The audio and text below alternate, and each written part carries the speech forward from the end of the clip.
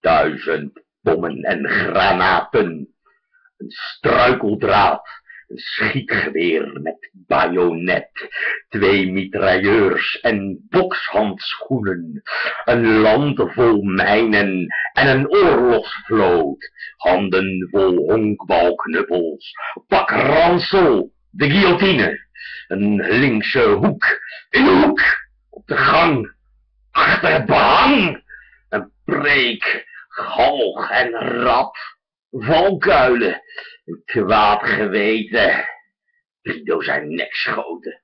een mes in je rug, een doorn in het oog, een ontploffing, mosterdgas, pepperspray,